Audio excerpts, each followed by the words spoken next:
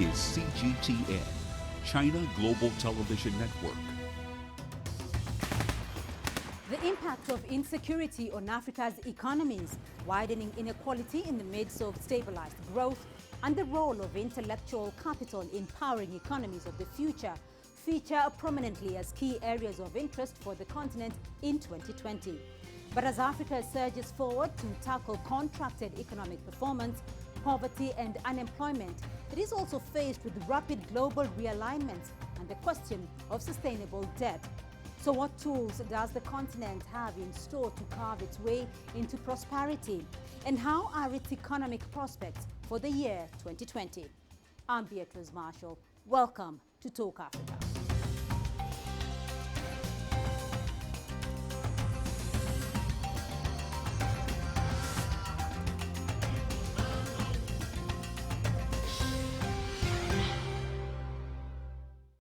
And to help us interrogate the variables likely to impact on Africa's economies in 2020, our expert panel of guests, Michael Sudakasa, is in Johannesburg, South Africa. He is the Chief Executive Officer of the Africa Business Group. And with me in studio is Eugene Ngumi, a Senior Consultant with the Africa Practice in Nairobi. Gentlemen, thank you both for joining us on Talk Africa today. But before we commence on today's discussion, let's set the stage with an earlier interview conducted on the sidelines of the just concluded 33rd African Union Summit in Addis Ababa. I had a conversation with Dr. Vera Songwe. She's the Executive Secretary for the UN's Economic Commission for Africa. Let's listen in to her thoughts on some areas of special interest for Africa in 2020. Madam Secretary, thank you very much for your time. Let me start off with the theme for this year's AU Summit, silencing the guns, creating conducive conditions for Africa's development. But there are indications that Africa's armed conflict and insurgencies have increased from 7 to 21 between 2005 to 2018 for economic development. What does this mean? What is the implication of this for trade and development on the continent? Well, we have seen the numbers, and I think, yes, I quoted those numbers yesterday. The numbers are quite stark and alarming, and I think what we know for sure is that where there is more conflict, governments spend a lot more money on security and a lot less on infrastructure, on energy, on water, on education, on healthcare. And so essentially what it means is that you do not use your resources for development, you start using your resources for security. This essentially then means that you don't do the roads, you don't do the logistics that you need for things like the CFTA to work. So that's the first part of the conversation. The second part is that you don't attract any more capital, because then the environment is not conducive for growth and for sustainability. We've shown that Africa's gross domestic product, or Africa's incomes, or prosperity and poverty on the continent are not rising.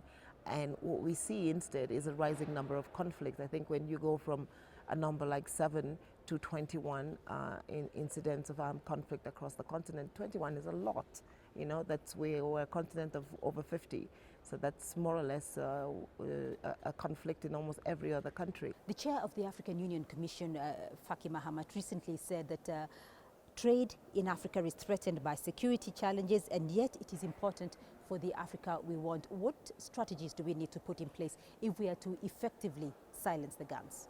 I think the first thing that we need to do is change and improve the governance systems on the continent. I think the guns, we know, go off when people do not feel that they are included in decision making, when processes of democratic governance, the rule of law, freedom of speech are being thwarted. And I think that the more we create governments or institutions that appear to be exclusionary as opposed to inclusive, then you get struggles, because people want inclusion. People want to be able to ensure that they benefit from the resources of the countries. I think we always talk about Africa's potential, the fact that Africa has gold, the fact that Africa has minerals, but those minerals, that gold is actually today being, benefiting only a very small group of people. Today, 7 out of the 10 most unequal countries in the world are on our continent. So it is no surprise that people feel not included in decision making, that people feel not included in the prosperity conversation, or that their aspirations are not getting to where they want to be. So I think therein lies the biggest problem. It's the governance systems of the continent that lead to exclusion, whether it's religious, cultural, ethnic, or social, or gender, by the way. All right. So you talk about 7 of the out of 10 of the least developed countries. Most unequal countries are in Africa, but also 2019 hasn't been all that gloomy for Africa's economic front, because 6 of the fastest growing economies in the world were from Africa. How is it that Africa has managed to achieve some of the highest growth rates of any continent in the world consistently for the last 5 years? Yeah. So yes, Africa is growing, and Africa is growing at 3% right now, 2.4%. But you know that Africa's population is growing faster. And as economies, when your population is growing faster than your income, then you're getting poorer. So the headline figures for the whole continent may appear positive. But when you look at our bigger countries, our bigger economies, South Africa, Nigeria, maybe 2.8% or less. Egypt was at 6%, it's going down a little bit. So it's sort of the anchors of the continent are not doing what they are supposed to do. And Africa does not need 2% or 3% growth. Africa needs 10 to be able to create 15 million jobs. And we hope that as we begin to talk more importantly of the CFTA and of industrialization and of supply chain increases, we can get a lot more intra-Africa trade, because we know that when we trade with each other, we can increase our GDP by $50 billion. That's a substantial amount of prosperity that we can put back into onto the continent.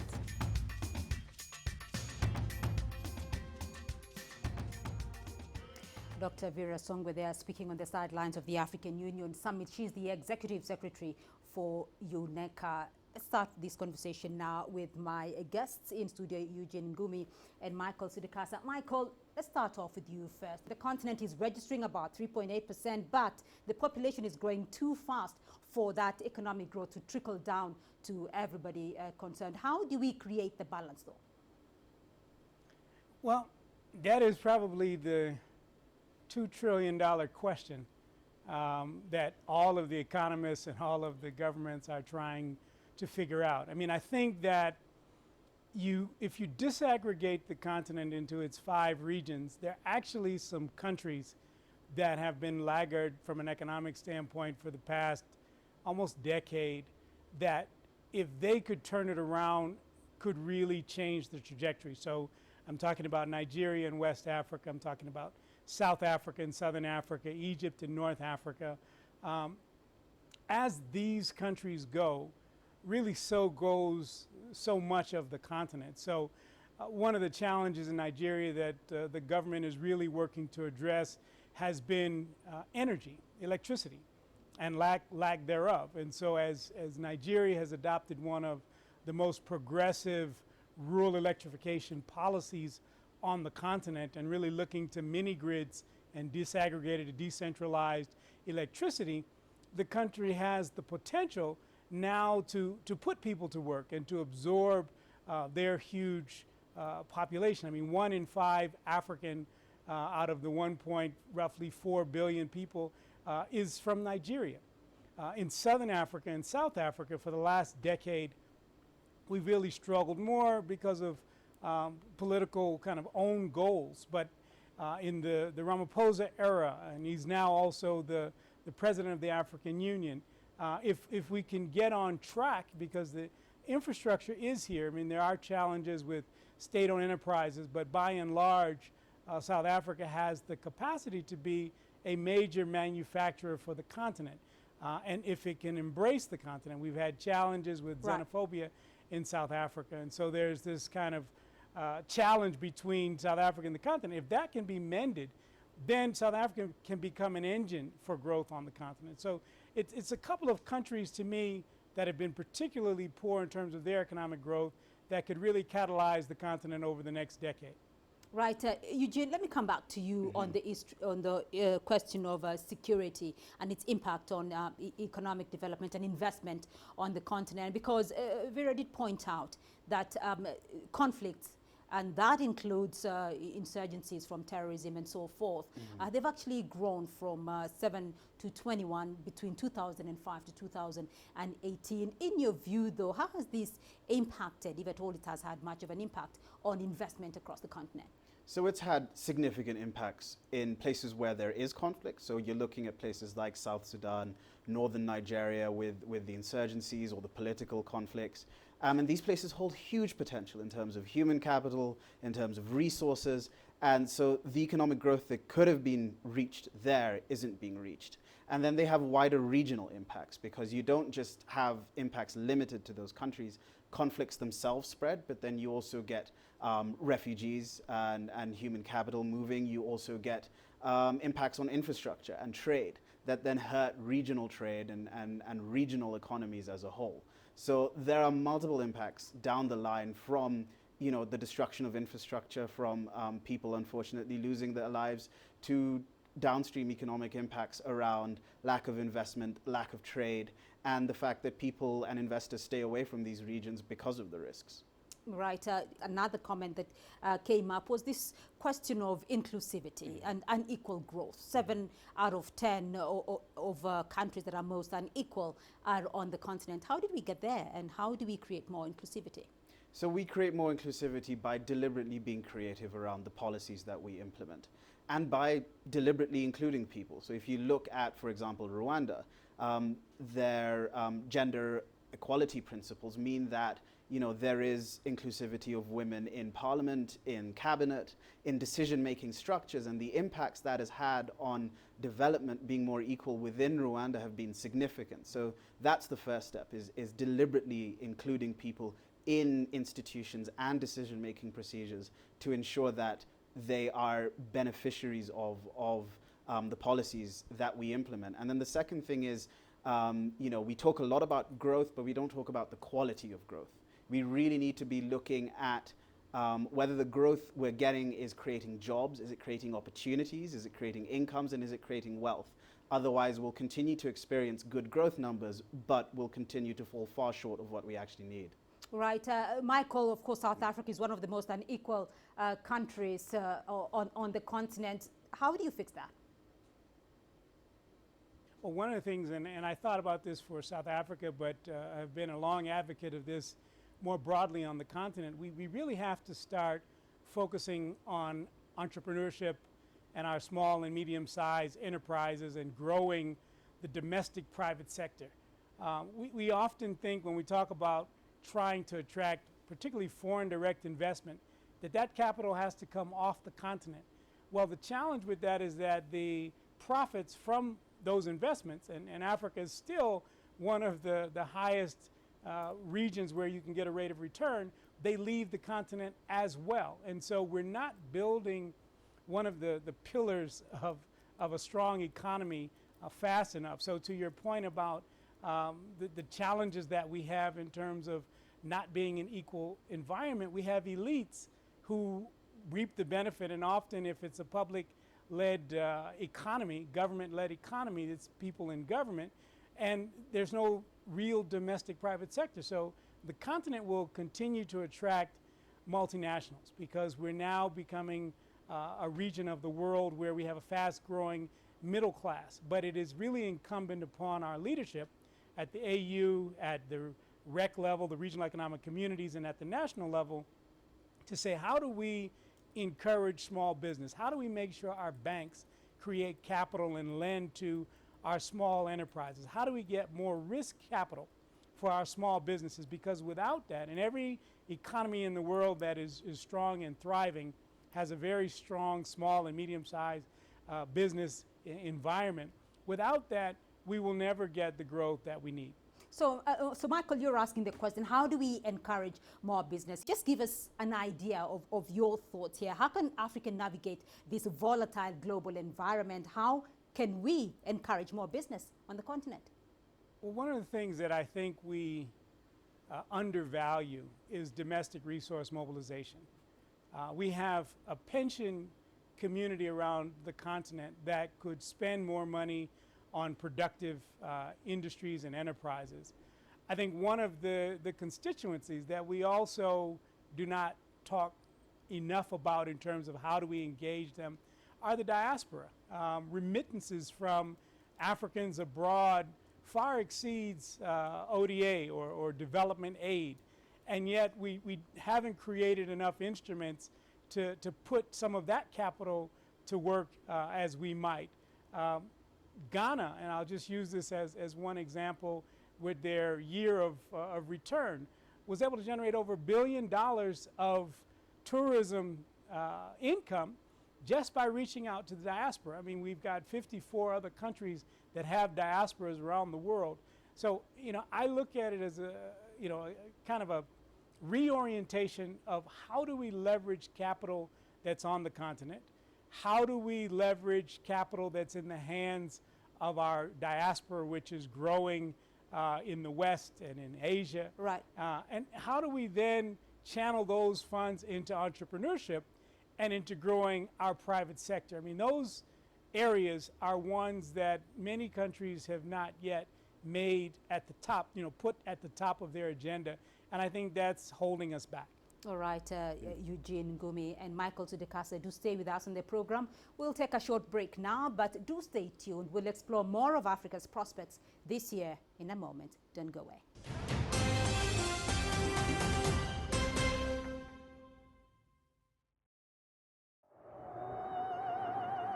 Life moves pretty fast. Ideas move at the speed of sound. Technology moves at the speed of light. If you don't filter out the noise, you might miss the details. We pay attention to the details because they matter, showing you a different perspective. See the difference.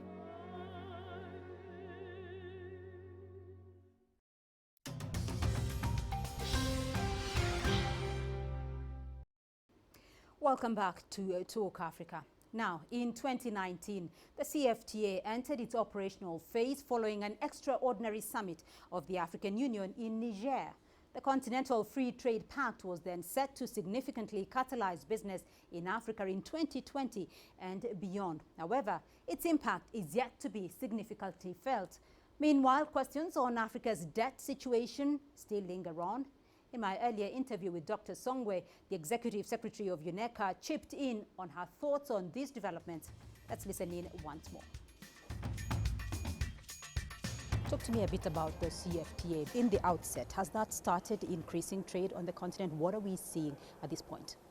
Well, there is a lot that is already happening. We're beginning to see, first of all, African business people going more and more to other African countries to do business because it's easier to travel, because we have leveled the playing field in terms of legislation around the CFTA.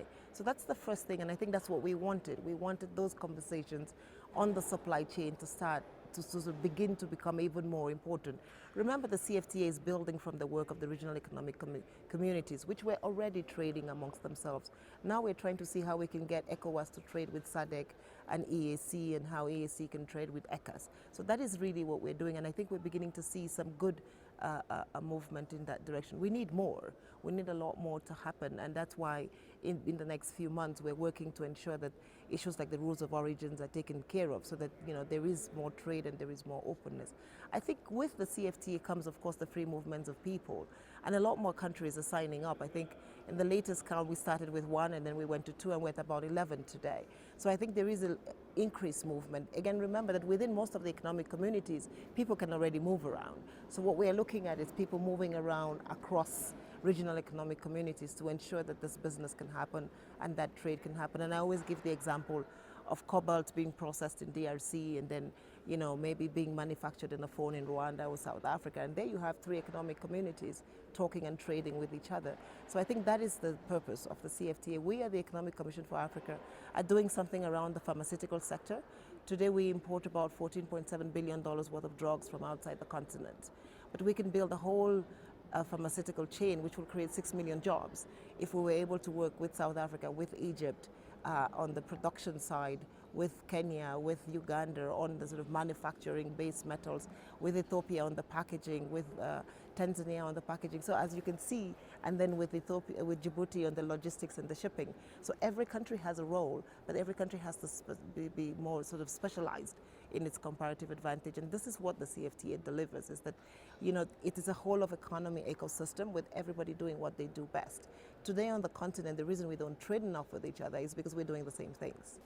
So, but we're also seeing that even as we talk about trading with each other and talking about the key sectors on the continent, we're getting statistics in terms of creating employment, that we have about 12 million graduates that graduate annually from African universities and institutions of learning, but only about 3 are employed are absorbed in the job market. What is it where is the disconnect between high growth and creating jobs on the continent here?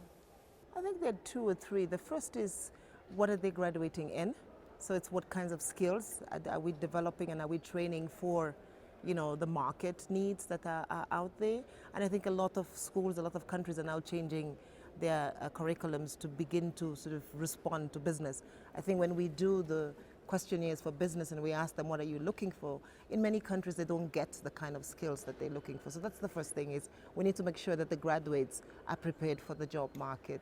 The second thing is that for a very long time, there has been this belief that government will create jobs, but government doesn't. But the good thing about, the next century is that, we have the whole ICT sector, which is essentially a micro-enterprise sector where, the youth can be more creative. Those graduating from schools can create their own businesses. And so what we then need to do is create an environment in the ICT sector where the telecom sector is liberalized, pricing is appropriate, and access is affordable for everybody. And I think a big part of the work that the Economic Commission for Africa is doing with the African Union is we just yesterday discussed the digital transformation strategy for Africa. The whole idea is to see whether we can harmonize different principles around ICT, so that when a kid creates an app in Kenya, 64 million people, they can actually use it across the continent with 1.2 billion people. And then they have a market, they can create jobs, and they can hire their own people. So I think these are the kinds of things that we need to do to ensure then that, when kids come out, once the governments create the environment for them to be able to get their own business, they could do that. And finally, there is the need for financing. We must be able to afford more financing for the young kids that come out to be able to start their own businesses. It's not obvious to start a business if you don't have access to finance. So we're also working to see that we can, avail more financing for new startup businesses on the continent to be able to create those jobs. But we should not forget the traditional sectors of agriculture and of mining, where we do need to change regulation and legislation to ensure that there is competition. Even as we talk about Africa's growing economies and the challenges of economic development on the continent, at the moment we are also facing in China, one of Africa's biggest partners, the issue of coronavirus. What do you think, what in your view is the implication of this for Africa's trade, particularly at a time when the partnership between China and the movement of people between China and Africa is growing? Look, first of all, 2020 is started off a little bit as a difficult year for the world. We had Brexit, we have the United States getting into election, and so overall growth was low. China has been growing historically at 10% and pulling Africa with it. When China's growth numbers go to 6.3, Africa suffers because essentially we grow because we export to China and we do business with China. With the coronavirus, probably growth in China is going to drop by another 1-2%. We hope not, but most likely it will, because exports will contract. And so upfront, from an economic point of view, it's unfortunate. Any kind of health pandemic is always a scare for, I think, the continent. And I think that we must congratulate our leaders. I think we have been able to travel across the continent in the last few days, and many countries are taking the right measures, putting the right measures in place. Africa has gone through this before, so I think we're used to it, and I think that the response is correct. We just hope with WHO and all the specialists that are attending to this issue that, we can put it behind us very quickly, because economically we are not in a place where we need another world crisis to slow growth even further. I think what is clear is that we will have a lot more of these viruses coming, and Africa as a whole must begin to attend increasingly to its health sector and ensure that we have the kinds of medications, the kinds of systems and processes and protocols in place to be able to deal with this. And we are well on our way to doing that. Dr. Songwe, thank you very much. Thank you. And my panel of experts is still on standby. Michael Tudekasa in Johannesburg and Eugene Ngumi in Nairobi. Let's continue with this conversation. Michael, is the CFTA delivering? How do you see Africa benefiting through the CFTA with its trade partnerships with countries like China? Well, I think the biggest thing is that, the things that are happening that would benefit China, like accepting rules of origin from multiple countries. They help China, but they also help other African companies. So there's the opportunity for an African company to really become a multinational on the continent and be able to say to a China, okay, look, we want to partner with you rather than you just come and set up and kind of dominate the market. So, I mean, I think that the idea of inspiring African countries to do what, again, countries from other parts of the world look at the continent. You know, people used to say it's not a country, but they look at the continent holistically and say, how can we, you know, if there's 4 countries on the continent that make it work, let's be in those 4 countries on the continent and we run everything. African companies have not done that historically. I think the free trade area is having them start thinking about that and trying to get their market share. I mean, I think ultimately the boost that will come is partly from the free trade area, but also from the fact that the continent is just growing fast. 2 billion people is an attractive market to traditional partners and partners who will come in the future. And they will want to engage with the continent. Now, the thing that changes is if they come to the continent and there are viable corporate partners, then it's easier for them to say, well, why don't I just work with you rather than I'm going to create from the ground up infrastructure for my business, which again may or may not help the African in terms of creating jobs. Right. And definitely won't necessarily help in terms of profits. Those profits will go back to the partner countries. So I want to expand this a little bit more and move on to the issue of debt, because Vera Songwe did talk about debt in itself not being a problem, but the management and the governance is actually the crisis. Your thoughts around Africa's debt debate? So to be frank, I do think we have a debt problem. A lot of countries over the last decade or so have racked up a lot of debt, particularly building infrastructure, and we're yet to see the impacts of that. And that is going to become an increasing problem because what that does is it tightens the fiscal space. So we're seeing this in countries across the continent where they have less and less money to spend on development projects, on services for their people, and are spending increasing amounts of money on debt service. This would be fine if the projects they'd invested in were actually producing the goods, so to speak. So over the next decade, I think what you're going to see is what we saw with Ethiopia last year, where they went to China and said, can we renegotiate this loan? Can we redo the terms of the deal so that it's less stress on our public finances? And I think you're going to see a lot more of that from fiscally stressed African countries. Right. Michael, your thoughts? But I will say that the infrastructure has always been a long-term investment play. It should have been if we had the capacity, public works, where you're building, you're building the railway with the idea that in 30, 40 years, the commerce will come. But we borrowed that money from China to do that, and obviously it was too short a time ago to see the benefits. But I think some of those benefits will come. But in the next 10 years, it does fiscally constrain many countries. And I think about it also in terms of governments, for example, being able to implement independent power purchase agreements and guarantee purchases from their utilities. When you can't do that because you've exceeded your sovereign debt levels, that really constrains the economies. And so we're going to have some of that, unfortunately, and there'll be a need to renegotiate.